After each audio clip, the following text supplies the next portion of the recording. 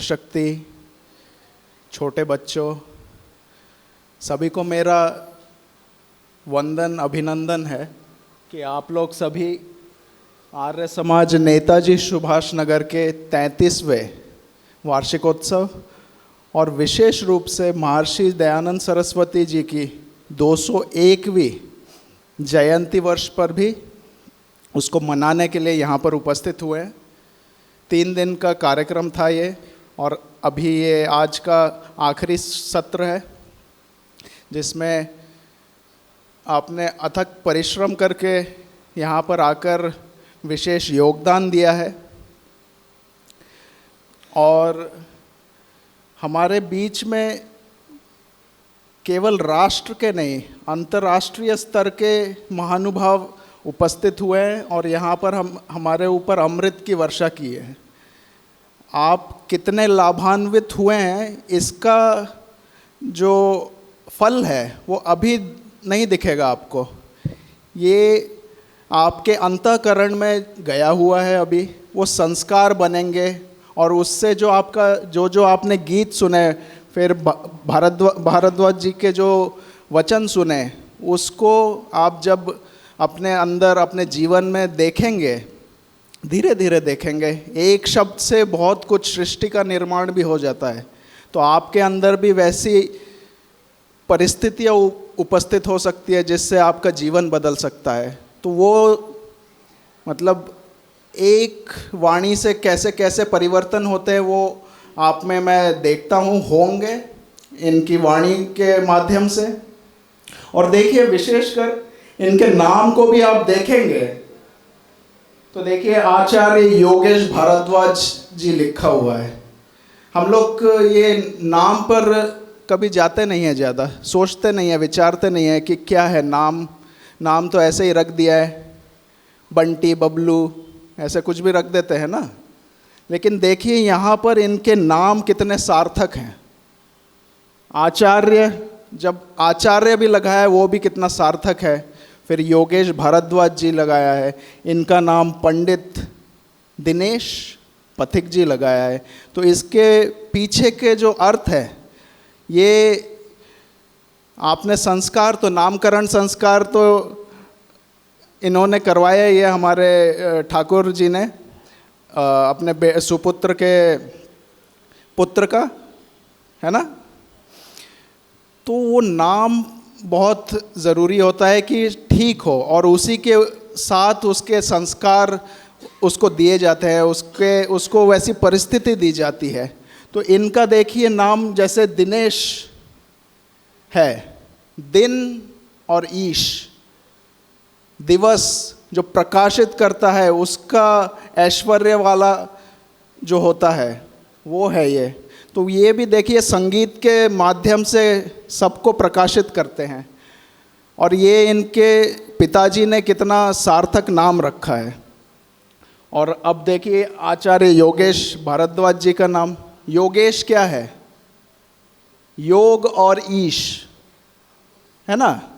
तो योग का अर्थ क्या होता है? जो चित्त की वृत्तियां होती हैं उनको नियंत्रित करता है जो। और ईश का अर्थ होता है ईश, ऐश्वर्य, मतलब ऐश्वर्य से युक्त। तो ये जो देख रहे हैं आप, उनकी चित्त की वृत्तियां उन्होंने नियंत्रित की है। उनको देखे होंगे एक समय ही वो अन्न ग्रहण करते हैं। तो ये तो एक उदाहरण है, वैसे बहुत सारी उनकी जो वृत्तियां रही होंगी उनको उन्होंने दमन किया है। तो वैसे इनका जो नाम का अर्थ है वो सार्थक करके दिखाया है इन्होंने। तो आप लोग भी अपने नाम पर चिंतन कीजिए और उसको कैसे सार्थक कर पाएंगे आप, उस पर भी आपको चिंतन करना चाहिए। और देखिए आचार्य है, एक शब्द है आचार्य, तो उससे क्या समझ आता है आपको? अब यहाँ पर और कुछ भी लगा सकते थे, स्वामी लगा सकते थे, विद्वान लगा सकते थे, कुछ भी लगा सकते थे, लेकिन यहाँ पर सार्थक शब्दों का प्रयोग हुआ है। आचार्य लगाया गया है। आचार्य का अर्थ क्या होता है? कोई बताएगा? शिक्षक। तो देखिए, मैं ज़्यादा लंबा तो नहीं जाऊंगा, 4 श्रेणियां होती है। आपने देखा होगा, एक प्रशिक्षक होता है, एक शिक्षक होता है, एक आचार्य होता है, एक गुरु होता है। तो इसमें देखिए अंतर क्या होता है।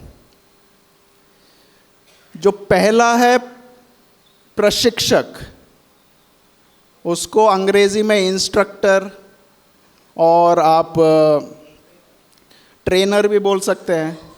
तो वो कौन है? वो है जो शारीरिक आपकी जो क्षमता है दूसरे की, उसको बढ़ाने की कोशिश करता है। तो वो हो गया आपका प्रशिक्षक। शिक्षक कौन है? जो आपके शारीरिक क्षमता को भी बढ़ाता है, लेकिन आपके मानसिक स्तर, बौद्धिक स्तर को भी बढ़ाने में बहुत मदद करता है। और उसके ऊपर देखिए, फिर शिक्षक के ऊपर कौन है? आचार्य। आचार्य कौन है? उसका अर्थ होता है आचरम आचरति इति आचार्य। मतलब जो अपने जो कुछ करना है हमें वो करके दिखलाता है। वो जो सतपथ पर चलना है वो दिखाता है और वो सिखाता भी है। जब बस सिखाने वाले को आचार्य नहीं कहा जाता है, जो अपने अंदर भी वैसी चीज़ें जो सिखा रहा है वो खुद भी करे। अब मैं कहूँ कि सब लोग आर्य बनो और मैं खुद आर्य ना रहूँ तो कुछ वो सार्थक होगा क्या? नहीं होगा। तो इसलिए खुद चैरिटी बिगिंस एट होम। तो हम लोगों को भी वही सोचना चाहिए। जब हम बोलते हैं, आर्य समाजियों को सुना होगा आपने कहते हुए कृण्वन्तो विश्वमार्यम। तो सत्यानंद वेदवागीश जी ने कहा था कि चैरिटी बिगिंस एट होम। खुद पहले आर्य बनो, फिर पूरे विश्व को, संपूर्ण जगत को आर्य बनाने की सोचो। तो ये हमें पहले ये पग उठाना है कि हम खुद आर्य पहले बने, सुशिक्षित सुव्यवहार वाले बने, और उसके बाद ही हम दूसरों को सुधारने की कोशिश करें। तो मैं कह रहा था कि आचार्य का अर्थ तो जो बौद्धिक क्षमता को आपकी ज़्यादा बढ़ाए और शारीरिक क्षमता जो होती है आपकी उस पर विशेष ध्यान नहीं रहता है, आपकी बौद्धिक क्षमता को बढ़ाता है, वो आचार्य होता है। और गुरु जो होता है वो सबसे ऊपर। यहाँ पर कौन है गुरु? हमारे महर्षि दयानंद सरस्वती जी। वो क्या करते हैं? वो हर दिन प्रतिदिन हमारे आत्मिक उन्नति करते हैं, जो बौद्धिक स्तर से भी ऊपर है। हमारे आत्मा को परिवर्तित कर देते हैं, हमारे अंदर के जो क्लेश है वो हटा देते हैं। उनके सत्यार्थ प्रकाश को पढ़िए, उनके व्यवहार भानु को पढ़िए, और भी अनेक उनके पत्र व्यवहार को पढ़िए। इतनी अच्छी अच्छी बातें पढ़ने को मिलती है, आचरण में लाने को मिलती है कि दंग रह जाते हैं कि ऐसा व्यक्ति कब पैदा हुआ है। मुझे तो वैसा दिखता ही नहीं है। 5000 वर्ष में कोई ऐसा व्यक्ति पैदा हुआ है श्री कृष्ण जी के बाद? कोई नहीं है, और अगले शायद 5000 वर्ष तक होगा भी नहीं। उनका एक बार पूरा पत्र व्यवहार पढ़िए, तब समझ आएगा आपको कि वो ब्रह्मचर्य जो होता है वो क्या पराकाष्ठा पे पहुँचे हुए थे वो। अब ब्रह्मचर्य पे भी बहुत सारे लोग बोलते हैं कि ब्रह्मचारी मतलब जिसने विवाह ना किया हो, बोलते ही हैं, लेकिन उसके जो 3 अलग अर्थ है वो भूल गए ज़्यादातर लोग। ब्रह्मचर्य का अर्थ ईश्वर का चिंतन करना भी है, ब्रह्म चिंतन। चर्या का अर्थ चिंतन भी है। फिर ब्रह्म का अर्थ ज्ञान भी है, तो ज्ञान के पथ पे जो जाता है वो भी ब्रह्मचर्य है। और फिर आपका ये भी है, ब्रह्म का अर्थ वेद भी है, तो वेद को जो पढ़ता है वो भी ब्रह्मचर्य का पालन करता है। तो ऐसे अनेक अर्थ है, एक शब्द पे नहीं जाना चाहिए। तो वैसे पराकाष्ठा जो प्राप्त की थी ब्रह्मचर्य की, वो स्वामी दयानंद सरस्वती जी से देखिए। और इनका तो नाम ही देखिए, पंडित। मैं मतलब पूरे शब्दों को बता दे रहा हूँ यहाँ पर कि पंडित हैं ये। अब पंडित का अर्थ भी क्या होता है? पंड क्या होता है? इकट्ठा करना। क्या इकट्ठा किया है इन्होंने? मुझे तो इनकी आस्था, ऋषिवर दयानंद सरस्वती के ऊपर आस्था और इतनी श्रद्धा भाव से ये गाते हैं, उसको देख के मैं चकित हो जाता हूँ। तो वो कब होता है, ऐसी श्रद्धा कब आ सकती है? अब हम लोग जब हवन करते हैं उससे पहले ईश्वर स्तुति, प्रार्थना और उपासना होती है ना। तो स्तुति का अर्थ होता है क्या? प्रशंसा करना, समझते हैं आप, लेकिन स्तुति का वास्तविक अर्थ होता है कि समझना, ज्ञान अर्जन करना। जब कभी स्तुति कर रहे हैं आप तो समझ रहे हैं पहले। तो इन्होंने महर्षि जी को समझा है, और उसको समझा है मतलब स्तुति की है उनकी, और वही समझ के ये जब समझाते हैं तो उतनी सरलता और इतने मधुरता के साथ ये बता पाते हैं, क्योंकि ये अंतःकरण में ऐसे ही नहीं आ जाता है। माधुर्य बस कंठ में नहीं होता है, हृदय में भी होता है। जब यहाँ पर नहीं होगा, आपके कंठ कितना भी सुरीला हो नहीं निकलेगा, वो भाव नहीं निकलेगा। तो इनसे देखिए, इनसे सीखिए कि कितना भाव अंदर से निकलता है। आप भाव विभोर क्यों हो जाते हैं? हाँ, हृदय से गाते हैं ये। तो ये पंड जो है, इसका मतलब है कि एकत्रित करना, ज्ञान को एकत्रित करना, ऋषिवर के जो वाक्य है उनको एकत्रित करना, उनको समझना, तभी ये पंडित कहलाते हैं। ऐसे ही पंडित नहीं है ये। तो अब ज़्यादा लंबा हो जाएगा ये, तो मैं नहीं तो देखिए, ये शब्दों पर भी हमें गंभीर चिंतन करना चाहिए। और आप लोग यहाँ पर उपस्थित हुए हैं 3 दिन के सत्र पर, और बहुत कुछ सीख के जा रहे हैं योगेश भारद्वाज जी से। योगेश भारद्वाज जी अपने आप को योगेश भारद्वाज नहीं कहते हैं। आप उनके YouTube पे प्रवचन इत्यादि सुनेंगे तो वो कहते हैं कि मैं योगेश विद्यार्थी हूँ। विद्या के प्रति उनका लगाव है, सीखना चाहते हैं वो। जैसे गुरुदत्त विद्यार्थी थे, वो अपने उसमें वैसे नहीं लगाते टाइटल कि मैं बहुत बड़ा विद्वान हूँ, वो अभी भी सीखते हैं। तो ऐसी जब आपकी मनोकामनाएं, इच्छाएं होती हैं, तभी आप ऊपर जा पाते हैं। तो हमें भी इससे सीखना चाहिए आचार्य जी से कि कैसे विद्या को ग्रहण किया जाता है। हमने यहाँ पर ग्रहण किया है बहुत कुछ, है कि नहीं? बहुत कुछ ग्रहण किया है। अब देखिए, अब ग्रहण किया है तो उसके बाद क्या करना है।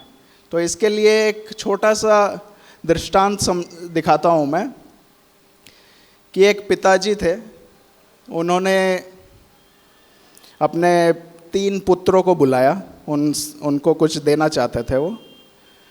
तो 3 पुत्र आए और उनको पास में बिठा के उन्होंने कहा कि आप लोग को एक अमानत देके जा रहा हूँ मैं, एक पोटली देके जा रहा हूँ मैं, तीनों को एक एक पोटली, और उसके अंदर बीज थे, जो होते हैं ना बीज, अनाज के बीज, वो 3 भाइयों में दे दिया उन्होंने। और वो निकल पड़े तीर्थ यात्रा पे।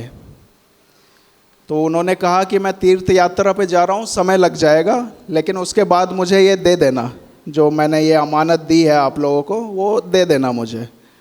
तो चले गए वो।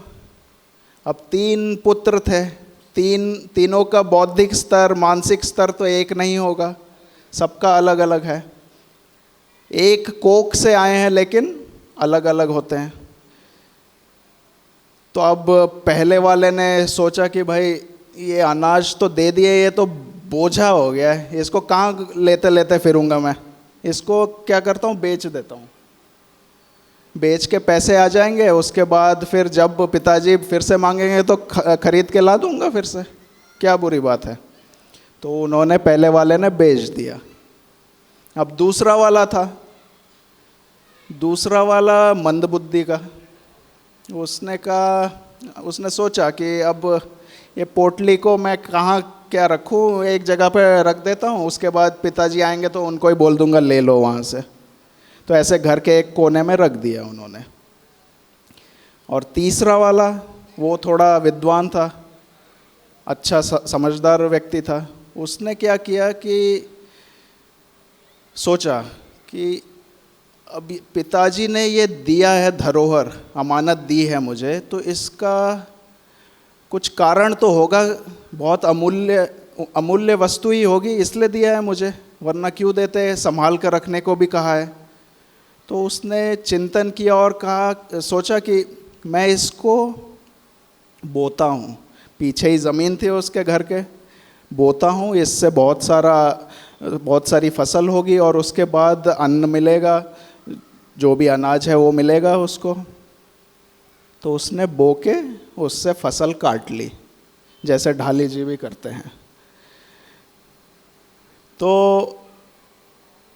पिताजी आए फिर बाद में, एक समझ लीजिए 6-8 महीने बाद आए।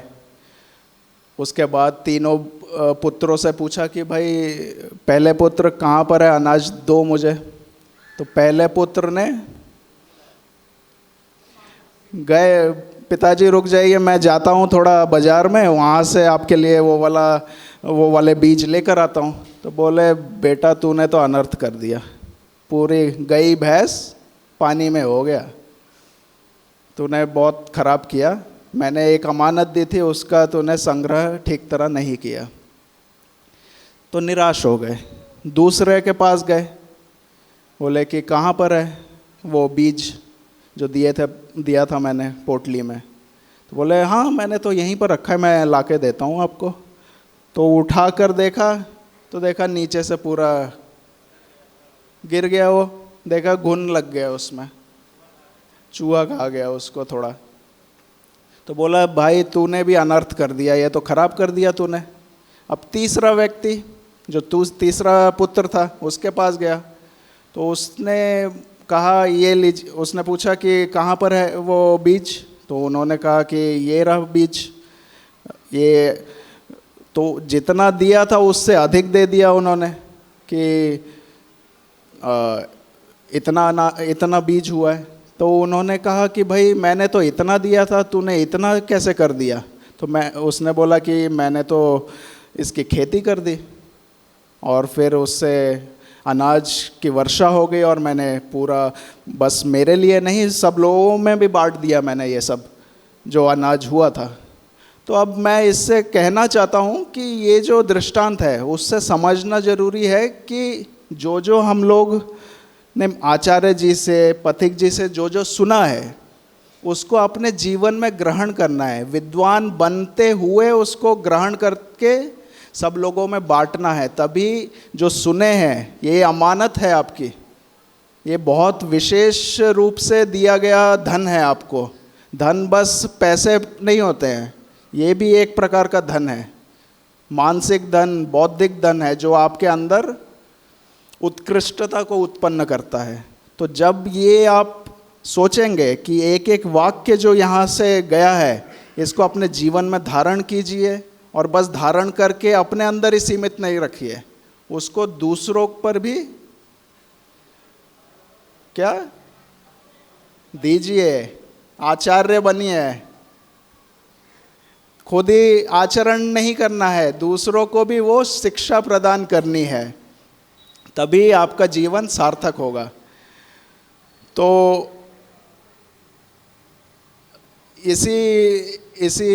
इन्हीं वाक्यों के साथ मैं अपने वाणी को विराम देता हूँ, ये समझकर कि आप लोग अपने जीवन में आगे जाकर हर वर्ष जो ये वार्षिकोत्सव होता है तो उसको यहाँ से सुन के जब आप पैदल जाते हैं यहाँ से तो कुछ ना कुछ लेकर जाते हैं और कुछ ना कुछ दूसरों को देकर जाते हैं। आचार्य जी ने आज बात कही थी, देवता कौन है? देवो दानाद्वा द्योतनाद्वा दीपनाद्वा ऐसे ही कहा था ना। तो जो देता है, तो आप कब देवता बनेंगे? आप देवता तब बनेंगे जब लेंगे। ग्रहण तो आज यहाँ पर कर लिए हैं, अब बाहर जाते ही आपको देवता बनना है, वरना देवी बनना है। और जैसे ही देवता और देवी बन के बाहर जाएंगे तो देखिए आपकी आराधना कैसी होगी, वरना सब धिक्कारेंगे। तो आपको देव और देवता और देवी बनना है। तो यही इन्हीं वाणी के साथ मैं अपने वचनों को विराम देता हूँ। धन्यवाद।